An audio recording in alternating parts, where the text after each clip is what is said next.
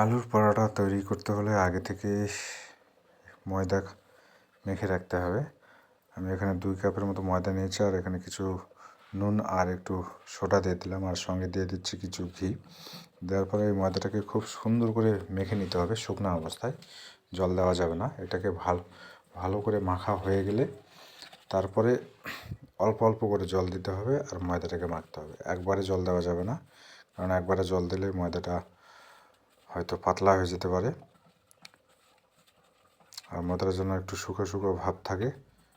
এবার মাখা হয়ে গেলে এটাকে ঢেকে রাখতে হবে কোনো কিছু দিয়ে ঠান্ডা জায়গায় বেশ কিছুক্ষণ। আর এটা ঢাকা থাক, আর এর মধ্যে আমি পেঁয়াজ কুচো, কাঁচা লঙ্কা, আদা নিয়েছি, আর আলুগুলোকে সেদ্ধ করে নিয়েছি। আগে 2 পিস আলু নিয়েছি। এবার এগুলোকে খুব সুন্দর করে মাখতে হবে। পারলে তোমরা এরকম করে না মেখে, মানে তরকারি যেমন করে রান্না করে সেভাবে রান্না করতে পারো, কিন্তু আমি এটা একটু আলাদাভাবে রান্না করার চেষ্টা করছি, মানে এর টেস্টটা বোঝার জন্য কেমন লাগে। এবার আমি কড়াইতে তেল চাপিয়ে দিয়েছি। দেওয়ার পরে এই আলু মাখাটাকে একটু ফ্রাই করে নিচ্ছি। এটা অল্প করে ফ্রাই করে করতে হবে। ফ্রাই করা হয়ে গেছে। এবার ময়দা নিয়ে তার মধ্যে আলু দিয়ে এটাকে পরোটার আকার দিচ্ছি এরকম সুন্দর করে। আর এটা তৈরি করতে একটু সমস্যা হবে, কারণ সাইড দিয়ে আলু বের হয়ে যেতে পারে, তাই এটা খুব সাবধানতার সঙ্গে করতে হবে। এবার কড়াই দিয়ে এবার কড়াইয়ের মধ্যে সেই পরোটাটাকে দিতে হবে তেল ছাড়া। প্রথম অবস্থায় 2 দিকে সেঁকে নিতে হবে।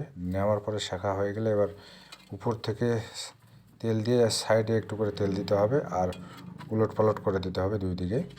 দিলে আমাদের খুব সুন্দর আলুর পরোটা তৈরি হয়ে যাবে। আমি এটা ট্রাই করলাম, আর খুব একটা খারাপ লাগছে না, ভালো লাগছে। তবে আলুর যে মাখাটা, সেই মাখাটাকে এইভাবে না মেখে একদম আমরা যে রান্না করি সেই রান্না করা আলুটাই খেতে ভালো লাগবে আমার মনে হলো।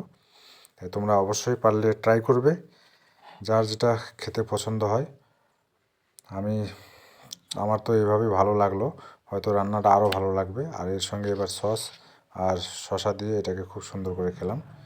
ভিডিওটা ভালো লাগলে অবশ্যই লাইক কমেন্ট করবে।